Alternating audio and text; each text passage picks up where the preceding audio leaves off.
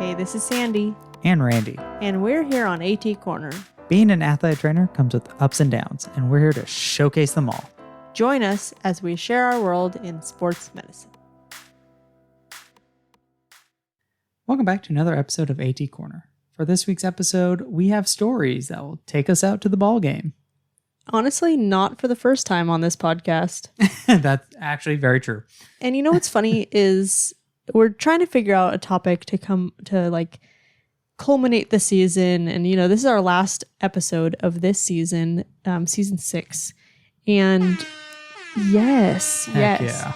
And I thought, what better than to revisit our baseball stories, because we haven't done a baseball episode since I have started working baseball. And then right before we started recording this episode, I realized that was a lie. We just did one. Well, I guess not just did one. We did it 50 episodes ago. Yeah. I must be consistent because we did it for our 200th episode and we did it to celebrate our 200th episode.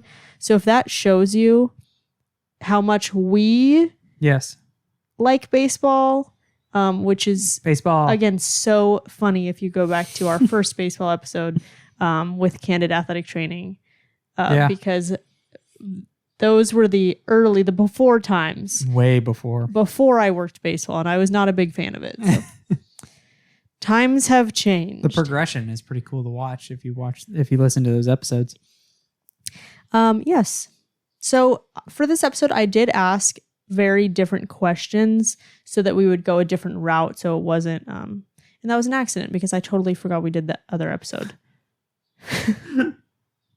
But you know, it's a different episode, so stay tuned. But the first question I asked was still the same. Have you ever worked baseball? And we still got a couple hundred votes. And the answer was about 96%. So 96% of the people who responded to this have worked baseball. Interesting. And we did get a lot of following up responses. And I did ask about favorite memories. So I thought that'd be a good way to start us. Oh, heck yeah. Carly T says, one time during my immersion placement, the first game I had was a professional baseball team. Game was going so good. And then boom, I've become the patient. I got hit with a foul ball right on the top of the head. I saw the ball head my way, so I ducked, but not enough. It still got me. The starting pitcher had to get me ice, and then another player got me water, and they all went into instant Big Brother mode. I had a goose egg on my head for a while. It was a crazy first baseball story I had. That's the Big Brother mode's funny. Yes.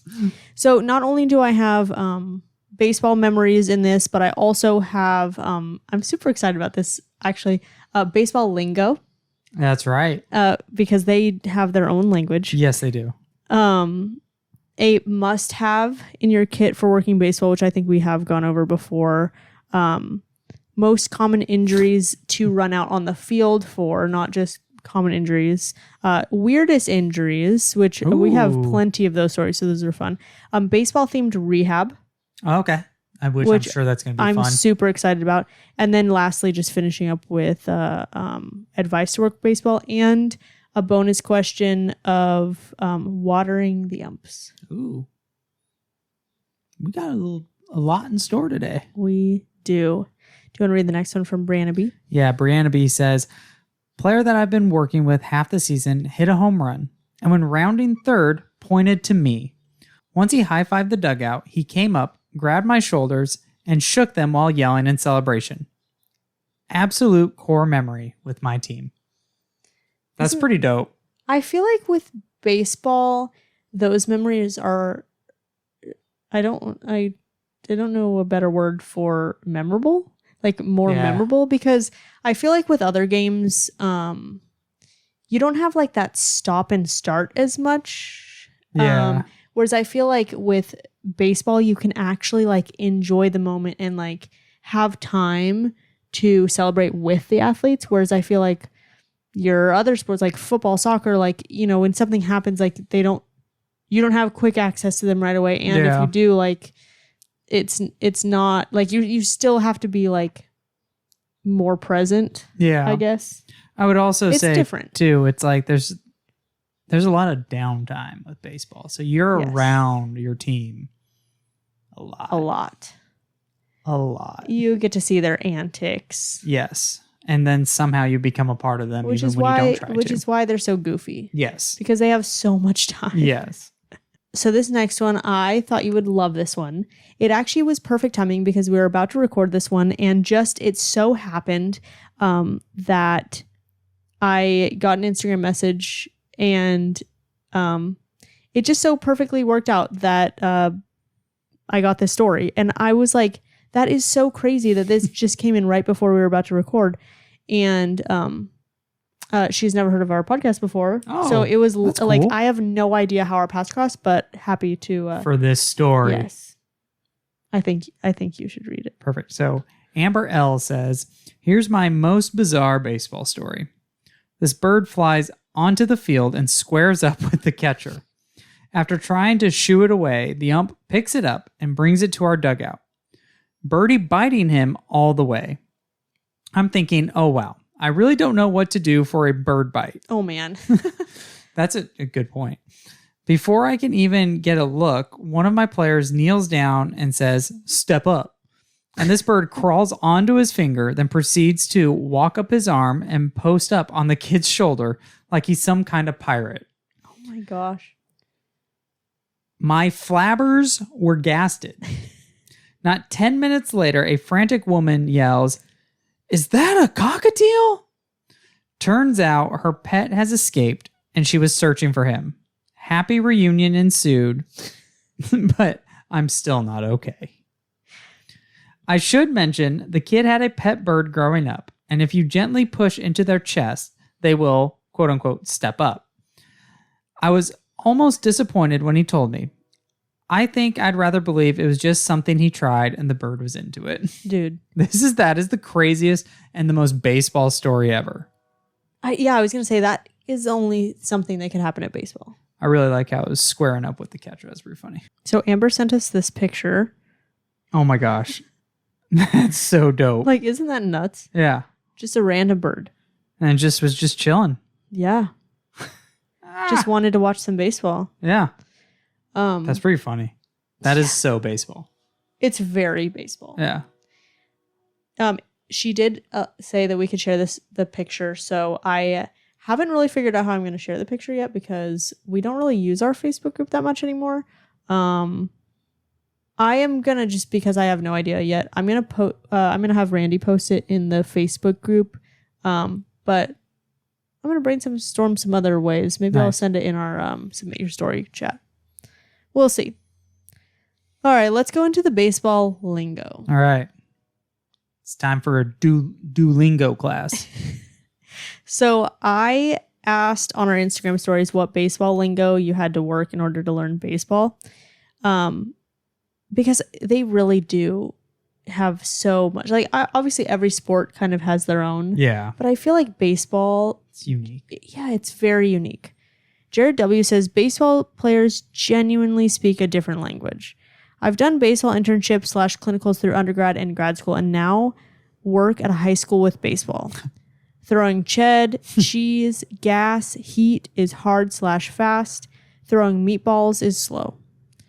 Warm-up consists of bullpens, long toss, in and out, BP. Roll it up means get a double play. Yep. Fill it up means throw a strike. I haven't heard that one. I haven't either.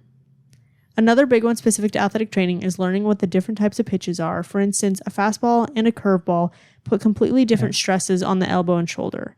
It is a confusing environment at first, but once you get used to it, it's the best. Yeah.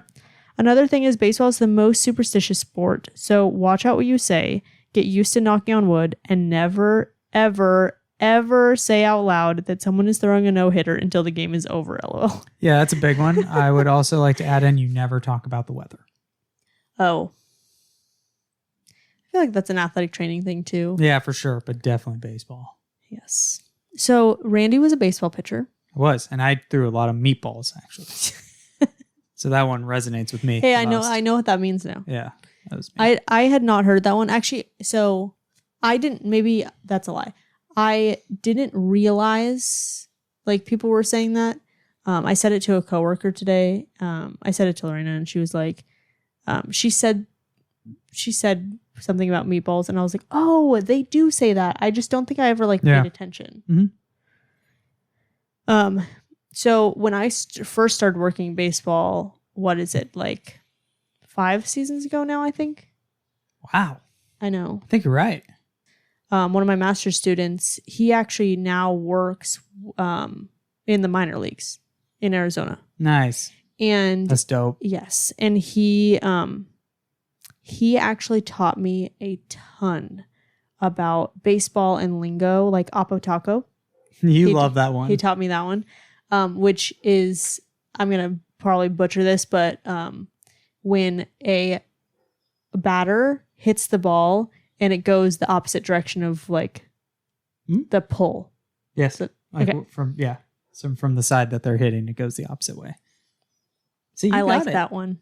You got it. So he taught me a ton. So I did reach out to him and ask him to add in some lingo for our episode. So he's now teaching us more. This is, by the way, this is MLB lingo. This is what the pros are saying. So Jonas H says, one new lingo I learned was nails.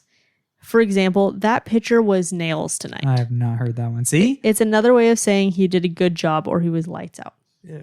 See, that's what we just would say, lights out. Here's some must-know baseball lingo. 1, that was a nuke. I love that one. I feel like that was a nuke. That was a bomb. Like hitting nukes. Right. 2, I think this one's probably pretty important. His velo was 4, 5, occasionally reached 6. Meaning he threw 94, 95, occasionally throwing 96 miles per hour. That might depend on the setting you work at. Yeah. But I feel like velo is probably one of the most important ones because when you have a pitcher coming in and talking that like when their velo's been affected, like that's bad. Yeah, and then when you start talking about velo, my spin rate, and okay. Jonas also says, in a 3-2 count, you'll hear base hit ball 4, meaning get a hit or draw a walk. Nice. I like that. A Mickey Mouse hit, meaning a bloop hit in the outfield. Mm-hmm. Dotted, meaning he threw a good strike on the corner of the strike zone. I've heard that one. That was straight cheese, meaning that was a fast pitch. Yeah. Nice. Some others that a bunch of people put together. Can of corn, which I don't know what that is. If I remember correctly, I think it's just like a fly ball out, like an easy fly ball out. In softball, they sing. Oh wait, never mind.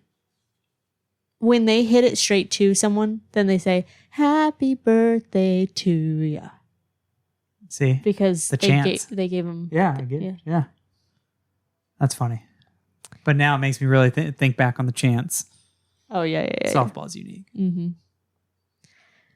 Okay, so PO is another really, really important one because you have to know which ones of your pitchers are POs, which is pitcher only. Yes. You'll know because actually someone pointed out POs are the ones who get the most treatment. Yes, they do. And they probably have the most fun games too. Yes. Because they are just pitching. Exactly. Okay, so this next one I've actually only seen written. I don't think I've ever heard anyone say it, so I'm probably going to... Whatever. It's I/O. Okay.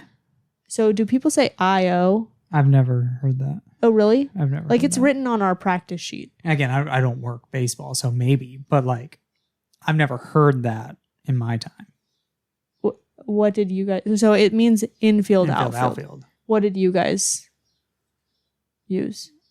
I don't know. What's the context? Like, part of like... Like practice plan? Mm-hmm. I think we just said infield outfield. Oh, well, they write it down as I/O. Yeah, I never saw like written. Maybe people don't say it as much. Maybe they just say infield outfield. Yeah, that's how I've always heard it, is just infield outfield. Okay, another one is framing. That's a good one. So like, if your catcher comes in and says like they're having difficulty like framing, like with because their shoulder or their elbow or like whatever, or maybe the grip strength or whatever, because they're trying to make the ball look like it's in the strike zone, even if it's not. Yeah, it's pitcher's best friend. Trying to frame the ball. That's why pitchers need to be very nice to their catchers. Yes. Outside the fact that they take a beating for you. Catchers. I love catchers. I think catchers are underrated. I think they're one of the most important people in that field. That's why there's a lot of them that become managers. Oh. Because they know the game. They have to call game. Right. Call the game, basically. Right. A couple people have also like submitted that BP and bullpen know the difference because they are not the same. No, they are not. BP does not stand for bullpen. BP stands for batting practice. Correct. And if you're a PO, you don't take batting practice. You don't take BP, but you throw bullpens. Well, hey, hold on. There's this story. If you're a baseball fan, you go back a few years. LSU, there was this kid that was a PO who lied to his coach when in like it's like, I don't know if it was basically, it was like a game altering situation. Oh no. Told his coach, yeah, I used to hit. Oh, They pinch hit him, and I can't remember if he hit a home run or if he just hit a clutch double. Maybe he hit a home run. I can't remember.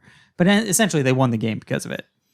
And in the press conference, they had him there, and the coach, and he was like, "Hey, coach, I gotta be honest with you. I never hit in high school." Wow, how did he? Yeah.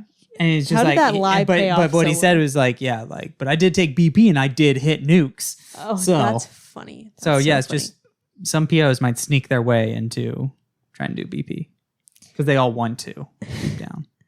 Another thing you'll see is HBP or hit by pitch. Yep, that sucks. Very important for athletic training. Yes. Okay, so next I asked, what is a must-have for working baseball? And I'm not even kidding you, by far, seeds. I mean, that makes sense. And it's close second, candy and snacks. Well, I was going to say as an alternative to the seeds, I would have to go with corn nuts. Yeah, because I'm allergic. Yep, so I can't do seeds anymore. But hey, I'd rather do the corn nuts, actually. Okay, so that's the crazy thing is, like, this is so ingrained in the culture of baseball that the top 2 items that you need in your kit are food items. Yeah. Yeah. So funny. It's baseball. Do you want to read this one from Breanna B? Yes. Breanna B says, I prefer sour gummy bears. The boys are superstitious with Jolly Ranchers, thanks to me, though. One of the guys had jokingly asked me for Jolly Ranchers during a travel trip. The next week, I brought them with, and it became a superstition. One of the guys had good luck hitting based on how many Jolly Ranchers he had. One pitched better when he had one between innings. Some of the guys just liked the snack, but a few had superstitions with them. They had them every game weekend for half the season and loved it. Oh my gosh. That's fun. Also, if you or someone else is standing in one spot and people are like your team's hitting really well, you better not move from that spot. No. You have to stay in that spot. Yeah. That's what we call tap your spot.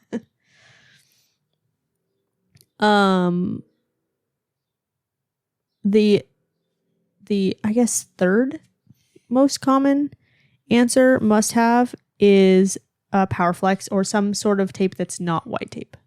Yeah, that's true. Because I feel like I'm trying to think if I ever use white tape. Maybe on ankle tape, and maybe just for like stirrups and anchors. Yeah. But for the most part, I'm trying to think of when else I use white tape in baseball. Not too often. I most recently used it to hold down a Sully strap that was rolling. Nice. Yes. Because of some shoulder issues, which we were going to talk about. Some instability of shoulders is pretty common. Yeah, I bet. The next most common was some sort of analgesic. So like BioFree is Yes. something for your good Tiger old Balm. muscle. Yep. Honestly, they probably have some themselves. Yes. But it's good for you to have it too. We have a bunch of answers. Let's see. A massage gun was pretty popular. Yeah. Oh, Portable goodness, yes. stim was pretty popular. So like Compacts or Mark Pros. Bands, God. especially Mark Pro. ones you can tie to the fence. Mark Pro is a big baseball. I thought it was. Isn't the Mark Pros like super expensive? Yes. We use the Compacts, I like compacts. which I didn't like for a long time until until I found the wired one because we only had the wireless one. And they don't really stay that well. And I was like, this... The unit's like super heavy. Yeah, right. So I was like, this is not... Why did we buy this? Yeah. But now I understand why people love the compacts because it's basically like a fancy tens. It is. It literally is tens. It just, like you said, fancy. It does its own thing. Right. It starts shifting. You don't have to set it. Yeah. That's the thing that I like. It's a very expensive tens. Yeah. I don't know. I'm knocking it, but I do really like it. I do really like it, and I do use it. Yeah, of course. Yeah. I just like the corded one better than. Yeah, I did too. They stay a lot better. Yeah. I mean, maybe there's like a new generation Bluetooth ones that are better, but I don't know. I haven't seen those. The ones that we have are really heavy and they just don't stay on. I think that was like their first attempt at Bluetooth. Okay. If I remember correctly. Yeah, I don't like those ones either. Hopefully they make it. Hopefully it got better. Yes. Tongue depressors to get mud out of cleats. Oh, yeah, that makes sense. I actually was going with, you need that for snacks. Like if you have yogurt or Jell-O. Nail clippers. That is one of my most... Nail clippers. People ask me for nail clippers all the time. People also ask me for eye drops. Yes, eye drops. All the time. Honestly, from my memory right now, I can't think of a single other sport that has actually asked me during a game for eye drops, but baseball asks me all the time. Yeah. I can see that. So eye drops. Wait, whoa. You left part of that out. Eye drops and eye wash. Eye wash. There's a lot of eye wash sometimes at the baseball field. Okay. Oh yeah. If my baseball people know this. If a ball goes into your dugout, then it's a beauty finder. But if it goes into the other dugout, ugly finder. It's an ugly finder. Yep, it's an ugly finder. People love their ISTM tools, so their scraping tools. I'm surprised I don't see Venom. Okay, so I don't see the Venom. Not a single person mentioned the Venom, which was really surprising to me. My team is cracked out on the Venom. Like they would not survive without the Venom. And I have to bring like 8 of them because they die. Yeah. So or there's one that doesn't heat. No, that's your one, not my one. My one's heat. Mine heats inconsistently. Yeah, but the heat and vibration, that is clutch. Yes. And especially having it on the shoulder, like when the pitcher comes off, you can put it on their shoulder. Mm-hmm. A towel is a good thing to have. Yep. And then some unique mentions that weren't popular, but I still wanted to include them because I think they're important. Yeah. Lancets for hematoma. Fair. I feel like I need some more. I need to put this in my kit because mostly for away. Usually I would totally use this, but I feel like most of the time I just send them into the athletic training room because ours is pretty close. Yeah. But it is a good thing to have, and I have had athletic trainers ask me for them. Nice. Like when they're traveling. Yeah. And then ice towel for catcher. Smart. Yeah. Super important because poor catcher takes a beating and has then has all the gear, sitting in the sun, like getting all the action. Yeah. So ice towels when they come off is great. As long as they're not up to hit. Yeah. Okay, so next I asked, what is the most common injury you've had to run out on the field for in baseball? And the number one was hit by pitch. Yeah. Followed closely by hit by ball in general. Just in general getting hit. Yes. We had also people mentioning the catcher taking hits. Yeah, of course. You'll start to notice too, like the guys who lean over the plate or who tend to like set up closer to the plate, like you notice they get hit more. Like they're like, I can tell you which teams and which guys I'm like, I gotta watch him extra because I know he's gonna get hit. He's gonna get hit. Yeah. And he got hit. Like there are just some guys who are just more likely. One time I had a kid who turned in a weird way. Like instead of like turning away from the pitch, he like turned into it. And the ball hit him straight on the collarbone and fractured it. Ouch. Yeah. That sucks. Yeah. Crazy. Another common one was collision. Yeah, and that one's always scary. Collision with people or the fence, also including getting tagged hard. Yeah. I actually it was softball, but someone got tagged in the face. Yeah. With the glove, and she got her she got her right in the nose. Oof. And a little bit of the cheek. So dang, that sucks. Yeah. But going back actually to the hit by pitch, I feel like when I was first working baseball, like I was more inclined to go out for more of these. But now I feel like once you kind of are able to watch and see their reactions, like with a little bit more experience, I feel like you kind of have an idea of like which ones you need to go out for and which ones you're. Yeah. Okay. I'm gonna let him wear that one. Yeah. Oh, see? Good lingo. I spent a lot of time at baseball this season. Yeah, you did. Another common one was hamstring strain running bases. Yeah, that sucks. And it's a bummer because like baseball is so stop and then you have to go real fast. Yes. And that's just not a good formula. I think this is also something that you have to pay attention to when you are returning someone with a hamstring strain because they can't just be 80%. No. Like you have to work with them on the stop and go. Like what would be really good for them, like all my hamstring strains, when I do their running progression for baseball, I go out to the field and I have them do like the after I do build-ups and sprint progressions and everything, I'll do like they'll sprint towards me and I'll put my hand up. And when I put my hand up, that means they have to like stop. Yeah. And then I take my hand down and they have to run towards me and I put my hand up and that means they have to stop. And we'll do that at like 50% speed and then 60% speed and kind of like build that up.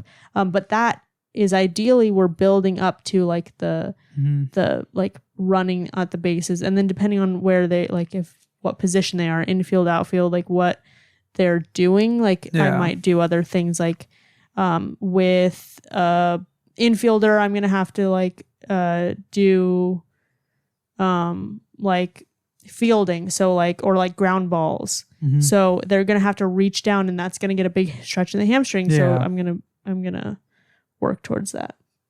Yeah, for sure. I mentioned this one earlier, but shoulder dislocations or subluxation from diving. Yeah. I mean, it's tough because you're diving with your arm outstretched, which is going to be a very vulnerable position for the shoulder. I feel like soles are what I use most in baseball for that kind of like instability. I feel like they work a lot better than like an ace wrap, but it depends. Yeah. I feel like that's individual kind of preference, right? Well, you also have to make sure you have the right ace wrap. Because if you don't, then it starts to like roll and like start to get on their neck. Yeah. Or if you try to like do a 6-inch double, sometimes that's not super comfortable. Yeah. Usually for a baseball sized athlete, usually I'll do like a 4-inch double. Yeah. Okay, facial injuries. I'm surprised that's not higher. I was surprised too. Facial injuries is actually the main reason why I successfully avoided working baseball for so long. I can't say that I had any this season, which was great. Actually, I think you're right. I don't remember you saying any face injuries. No, I don't think I even ran out for anyone getting hit in the head. Yeah, it's a good year. I know, it was a great year. Fingers, surprisingly, we got a lot of fingers, cramping and then sliding in a base wrong. Yeah.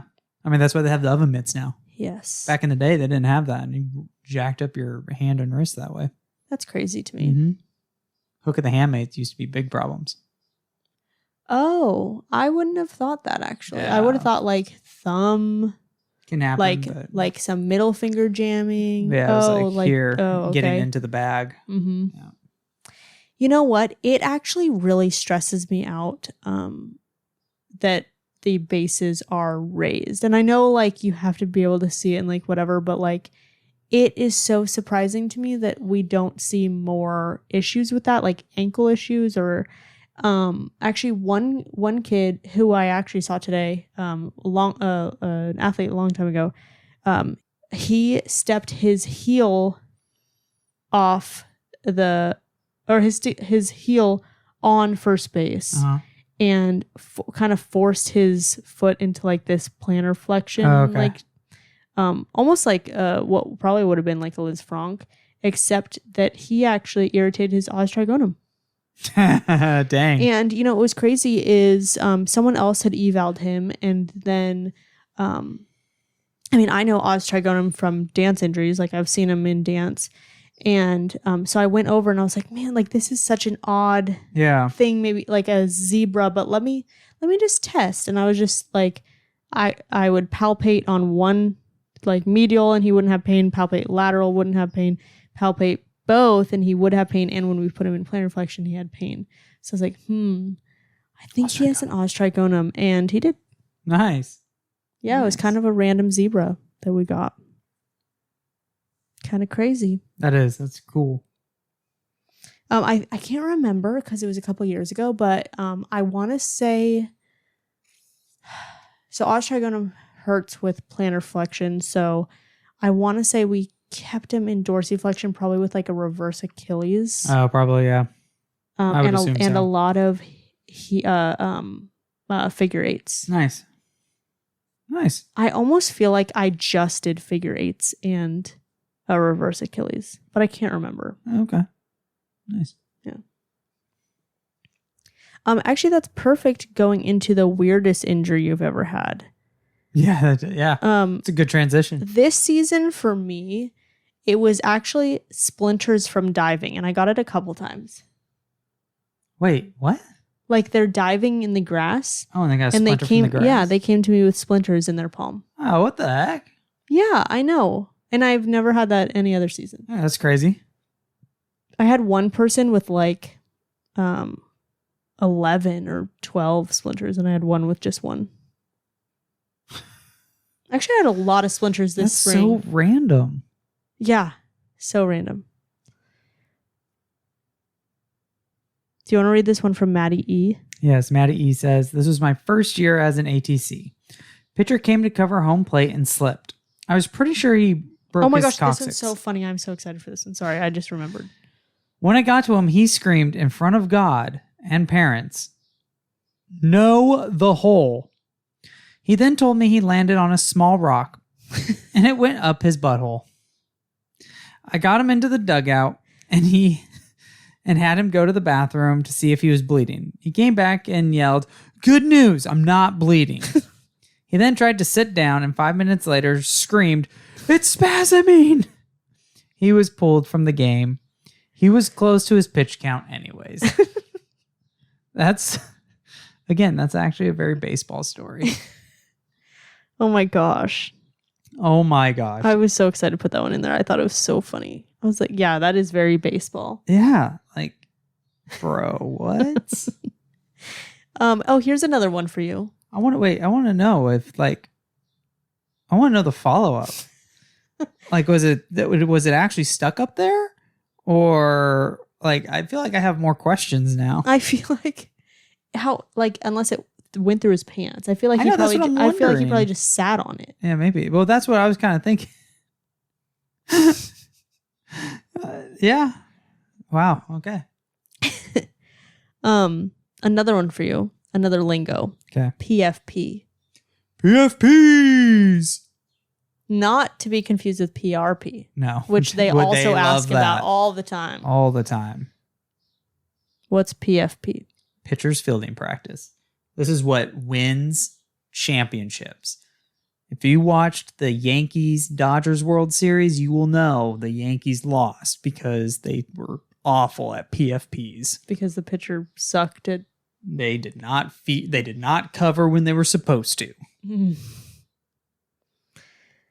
Well, that's important. That is.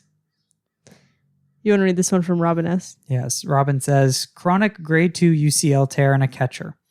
He had never played baseball before high school and noticed a consistent burning pain in his elbow that worsened with throwing. It started up every year when season began.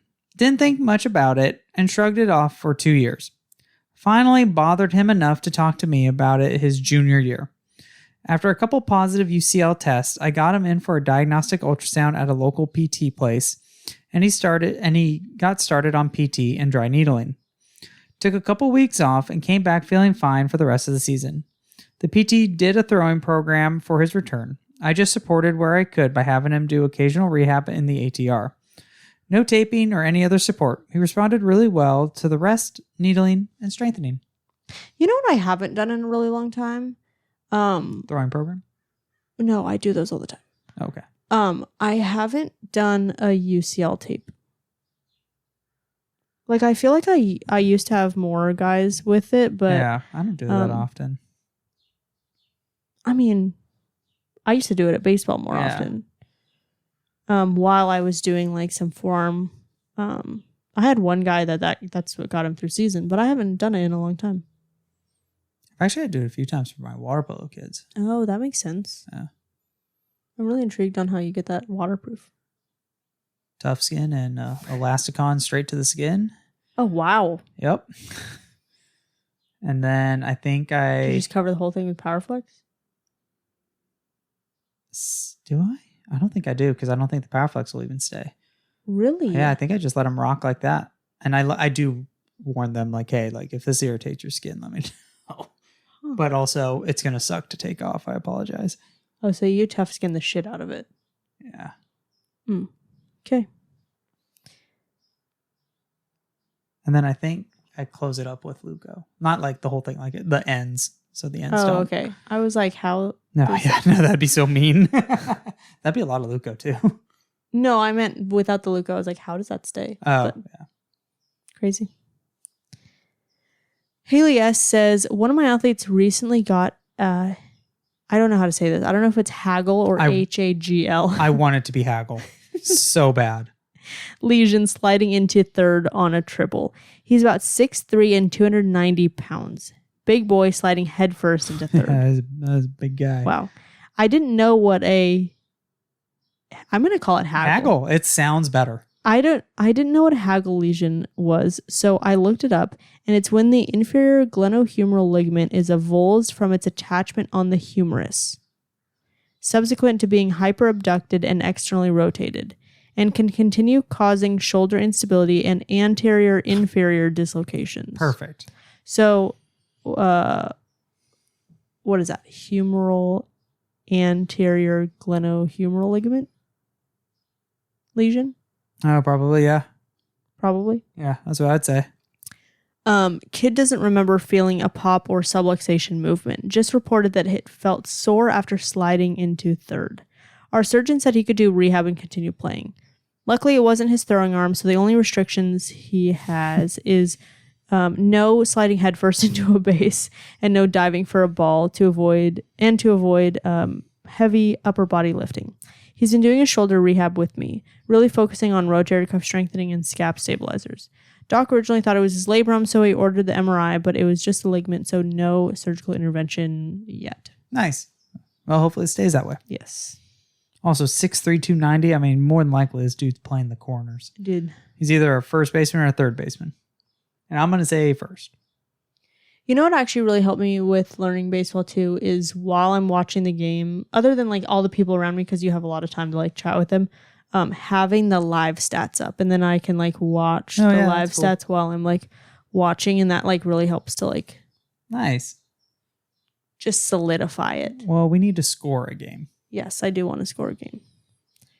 Okay, Cedric M says, baseball team just finished in the outfield, and while one player was warming up at bat behind the fence, another player walked off in the same area, not paying attention. Of course not. This scares me.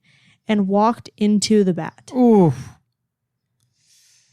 Luckily, it was at the end of his swing phase, and the damage was bad enough. That kid lacerated his upper lip bad enough he could be casted like the Joker and shifted his teeth to the point he looked like a chipmunk. Oh, poor kid. He went to the hospital and had 2 different surgeries to realign all the teeth, but never once cried and took it like a champ. Nice. But definitely did not want to show his mom because he knew she would faint from the sight of the injury. Oh, poor thing. You know, I have a family friend who was a really bad like thumb sucker, and it was like shifting her teeth really bad. And she was hit in the face with a baseball bat and like hit right in the teeth.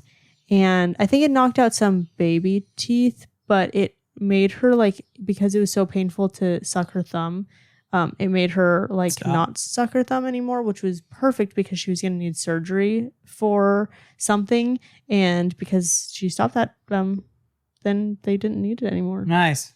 It like fixed her. Blessing in disguise. Like fixed her jaw. Yeah, that's Isn't that crazy? When injuries help. Very uncommon, but yes, doesn't happen very often. Yeah, right. Okay, can you read this next one? Yes, this one's by Maddie F. This athlete has had shoulder issues in the past, but he was playing left field and went to dive for a fly ball in his direction. When he landed and was outstretched, the force of him hitting the ground dislocated his shoulder. He was able to get it back in on his own and didn't tell anybody about it until the end of the inning. Of course, yeah. He wasn't one of my athletes, but he said his shoulder has gone out before, but nothing like this. He played it off well, and I had no idea that it was out. He got it back in on his own, but I did remember the play because he hit the ground hard, but got up. Mm-hmm. He tried to keep playing, but after his next at-bat, he took himself out because of pain and instability. The situation was kind of unfortunate. Since he came from a smaller school, they didn't have access to an athletic trainer all the time.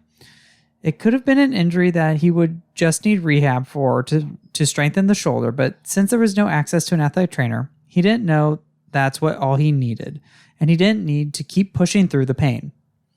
It was good I met him and interacted with him because I also got to have a positive impact on his season and also be able to communicate with his parents about next steps.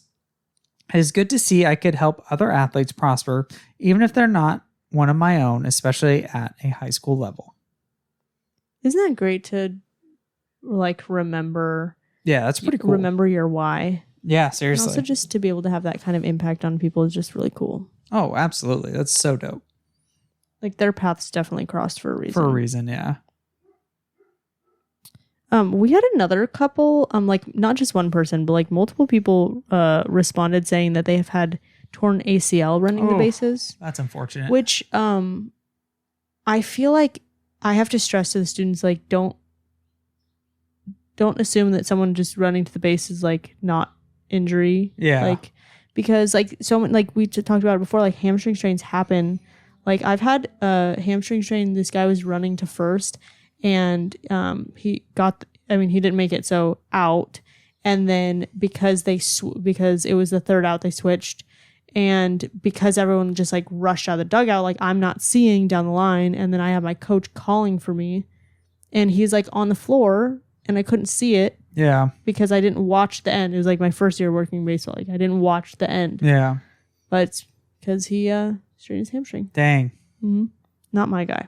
He's a visiting team. That's good. Yes. A couple people have had dislocated kneecaps and MCL while swinging. Oh, that sucks. Yeah, I've seen that before. I have not responded to it, but I've seen it before. Ankle dislocations while sliding into base. I feel like that's pretty common, unfortunately. It'd be a definitely common mechanism for sure. Yeah. Another crazy one I saw was an avulsed ASIS while batting. That's crazy. I didn't ask about it. I should have asked about it, but that was crazy. That's crazy. Okay, so I'm excited about this part because we're going to talk about some baseball-themed rehab. Nice. So Emilee S says, I do a lot of wall ball tosses where their elbow is either at 90 degrees and they're throwing a ball at the wall or very close to the wall, or their arm is completely outright at like 180 or 0 or whatever you want to call it. And they're tossing there as well. And we do 3 sets of 20 seconds or 3 sets of 20 reps just to get them going. And I also do a lot of band oscillations. Nice. The band is around their wrist, and they're just pumping their hands in and out and up and down the length of their body. Nice. And then I'm super excited about this one too. David H says, mini bands for hips, IR, ER at their side, 90-90. For the rice bucket, which is super popular. We just added a rice bucket a couple years ago. Yeah, I love it. I typically tell them to stick their hands in the rice bucket and grab the rice like their pitch grip and then rotate their wrist and forearm like their pitching mechanics. Nice. That's cool. That's kind of fun. I haven't done that. I like that. We have like on the side of our rice bucket, I wrote a bunch of exercises out on the rice bucket. That's cool. So Smart. then while I'm teaching them, I'm like, see this, and I want you to do this, and I'm like pointing. Yeah, that's smart. David H also says Play-Doh and Rubik's Cube for POs. Say POs, important. Yes. The Play-Doh I keep to just fingers and wrist movement. The Rubik's Cube is hand-eye coordination and finger control. I don't care if they can solve the Rubik's Cube or not. Haha. I tell them to try and solve it because it activates the brain a bit, but it's mostly about the movement and dexterity. Smart. That's kind of cool. I like that. I love the idea of a Rubik's Cube. Like, yeah. And for POs, I feel like it's perfect. Yeah, half of them aren't doing much anyway, so hey, they could do that. Be productive. Yeah, for like fingers and wrists, like that's perfect. Yeah, heck yeah. I feel like, and it makes rehab fun. Yeah. I might be stealing that, David. Yeah, that's a great idea. I like that. Some other common ones we got: mid, lower trap strength. I liked this one. Any of your bands, like upper extremity or like your external rotation bands, like any of those, add core or trunk to it. That's a good so one. It makes it like more full body. So like you could do like a side plank with a row or like a side plank with like external rotation, perturbation, like stuff like that. Honestly, just even the Swiss ball. Having them seated on the Swiss ball, do full cans. You can have them seated on the Swiss ball, do bands that way. All right, that adds a little instability. I was thinking like sideways on the Swiss ball for a second. I was like, what? Yeah, no. No, I get it. Nerve glides, really good for baseball. Lots of manual therapy. We got lots of people talking about manual therapy. Yeah. This one from Anonymous says the favorite treatment they call arm care. LOL, they do rotator cuff strengthening, and then I'll place rock pods on where they feel tight, and then they move with those on. They'll finish with an arm flush. I massage from hand to shoulder and work on any tight spots in the forearm, bicep, tricep, delt, subscap. I only do about 5 minutes of hands-on therapy, and they love how their arms feel. I got it from my preceptor in grad school and have made it my own over time. Nice. That kind of reminds me, we do a lot of flushes. We do a lot of cupping. But one thing that I do a lot is what I call the up, down, up, down, up, down stretch. And it's because it's like a generic shoulder stretch that that goes like the pattern, like how I remember it is like there's an up stretch and there's a down stretch and there's another up stretch and there's another down stretch and then there's another up stretch and then there's like some out and across. I'll have to take a video and put it on our page sometime. Maybe I can do that this summer, but it's definitely a favorite for our upper extremity athletes. I do it a lot with baseball and it doesn't take too long. There's about 8 total stretches and it gets like the whole shoulder. Yeah, nice. That's cool. And they'll come in, they'll be like, can I get the up, down, up, down, up, down stretch? Or can I get the up, down stretch? Another thing that I like to do is I really love cupping with movement. Yeah. And so cupping with their pitching movement or like whatever is like obviously really easy to do. But something that I've done a lot this season because of some hamstrings that we've had, depending on where the hamstring's coming from, like is it coming from like your dorsiflexion's lacking, or is it coming from like lack of glute, or is it coming from your low back? We had a couple that were dealing with some like low back tightness issues, and it was manifesting in the hamstring, but really it was like stemming from the low back. So what I would do is I would put the cups on their low back. They hated me for this. And then I'd have them do some fielding and I would just like kind of like roll a couple like ground balls to them and they'd have to like go and reach all the way down and kind of like just toss it back to me. And like it worked so well, but they hated it while it was on. But it really loosened their back. I was going to say, then it helped. Yes. Okay, next we're going to move into watering the umps. And this one I did as a bonus question. Bonus meaning I put it in our, I think it's called a broadcast channel on Instagram, which is basically like a group chat. I guess it's not really a group chat because I'm sending out the messages. No one else is like kind of responding. Yeah. But anyway, so you don't get like a million notifications for like the people who respond. You only get the notifications when I put out story prompts. But right now we have it's pretty small. I think there's just under 100 people in there. And I put out a question. How often do you water your umps? And this is just like a bonus question just for the people who are part of that group. And we only got about under 30 people, I think, who answered. So don't take this as like, it's not scalable, but it's still fun. I asked, how often do you water your umps? The top two were tied with 7 each. Someone said every couple of innings, not someone, I guess. The top two were every couple of innings and depends on weather. Fair. So I was actually thinking it was going to be tied between like every couple of innings and like a timed amount, like every 30 minutes, every hour. Like my baseline is every inning and a half.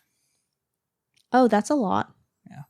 But that's my baseline. So if it's hotter, I'll go every inning. And if it's not as hot, then hey, maybe I'll go every 2. I go every 2. And if it's hotter, I'll go more frequently. Yeah. Yeah. And if it's colder, I actually still go every 2. But then like usually the umps just wave me off before I get there. Which I also was, it was funny because someone responded and said, actually, regarding the bonus question, none of the high schools I did a rotation at, they did this at 5 different high schools. None of them took water out to the umps.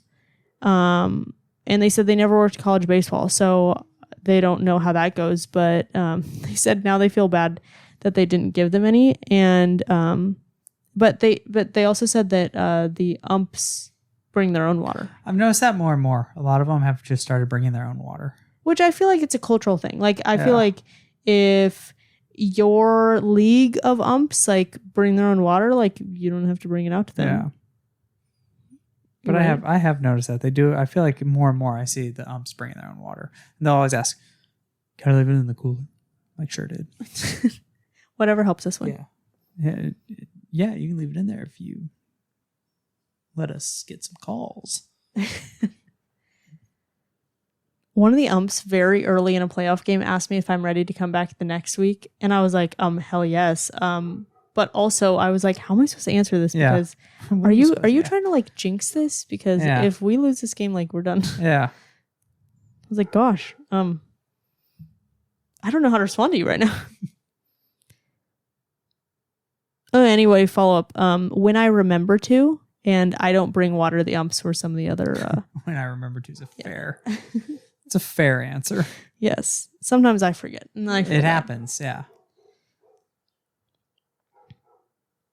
Okay, last kind of wrapping up, just some advice to work baseball. Emilee S says, advice to work baseball. These athletes are very niche and think they know everything. And a lot of the time they don't.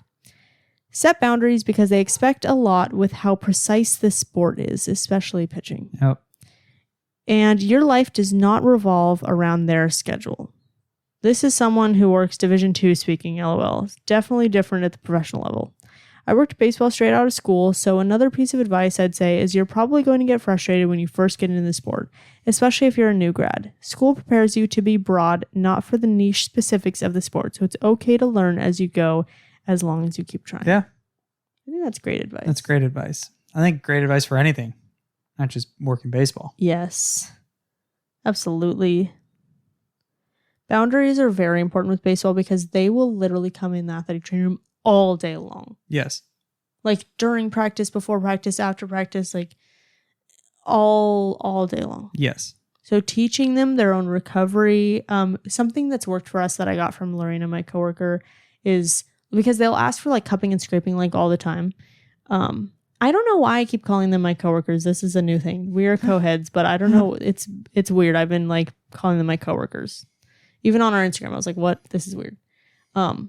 So anyway, they what Lorena taught me was she puts them on like a schedule. So like, okay, so let's say cupping, like it helps you recover really well, and like if you're sore the next day, then obviously you're not going to do that the day before you pitch, but like, let's say you pitch and then, or like you feel really good with it on that same day. Then the day you pitch, we'll do cupping for you. Or like some guys, it's like the day before you pitch, we'll do cupping. Or like the day before your bullpen and the day before you pitch. Or like we'll do scraping like on the beginning of your whatever pitch week, and then at the end of the week we'll do cupping or like something, whatever. Yeah. And it really works out because then we don't have to play the game of like, oh, what are you coming in for? What are you feeling? Like blah, blah, blah. And they could just be like, oh, like I'm pitching tomorrow. Yeah. Here's like my plan. Nice. It works really well. And obviously you can alter that plan. Like if they're really sore, I'm not going to cup them. Yeah. But, you can like figure it out within that. And I think they do really well in routines. Yeah. Baseball loves routines. Yes, they do.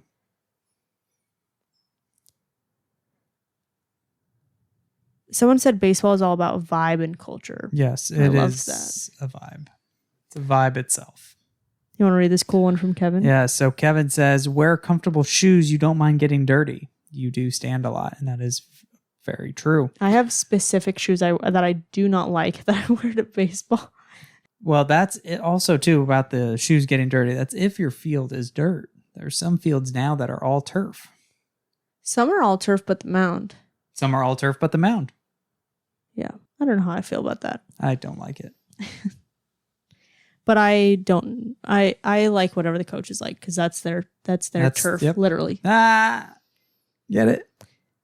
Learn the tape rules for pitchers. I don't know if it's still this, but like I feel like it has been recently.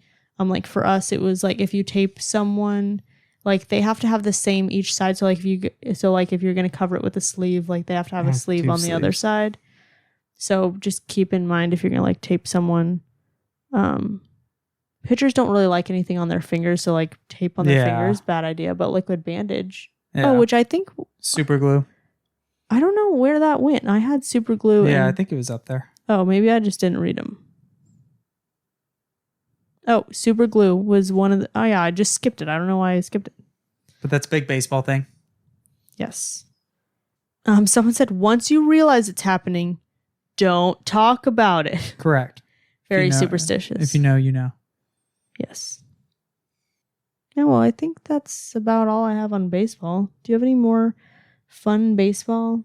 Any lingo to leave us off on? No, but I do have a fun one of my favorite baseball memories. Oh, tell me. Yes. So this is relatively recently, and that's when I got to play host to you guys. Yeah. So I got to help you guys out at our house. Yes. My team went to Randy's team. Yep. And sorry, Randy, but we kicked them out. Yep. But I got to play host. It was actually really... all the guys, I was like, I don't think you guys understand how much we're getting hooked up right now. Like, he was bringing me more Venoms, like, Compex, got the guys set up on Normatex between the games. I was like, guys, I don't think you realize, like, you are getting the all-star treatment. Yep. That was my favorite memory because you were at my work. It was a lot of fun. Yeah. Baseball's fun. Yeah. Happy episode 249. Baseball. That also means when we come back in the fall, we will be on episode 250. Holy smokes. That's crazy. It's a big number. It's a lot of episodes. Yeah. I'll have to celebrate. Randy's favorite way to celebrate. Heck yeah. Sweet. Well, if you liked this episode, we do other story episodes just like this one where we ask athletic trainers around the world to submit their stories. We also do CEU episodes, and I would stock up now over the summer because our latest 5 are always free. So thank you so much to Clinically Pressed and Athletic Training Chat for making this happen. They are category A. All of our CUs are category A CUs. You can find them on our website. This summer, we're going out of the country, but when we come back, I'm trying to get this episode directory up because we have 250 episodes for you guys, and it will make things make me remember that we did a baseball episode before. Yep. 2 of them. So things like that. If there's anything you guys want to listen to, please don't hesitate to reach out. We love requests. And then we also do, I talked about the CU episodes. Yep. And then we also do interview episodes, which we will start to get more in this summer as well. So those will be ready for you this fall. You got anything else, Randy? Nope. Thank you for helping us showcase athletic training behind the tape. Bye.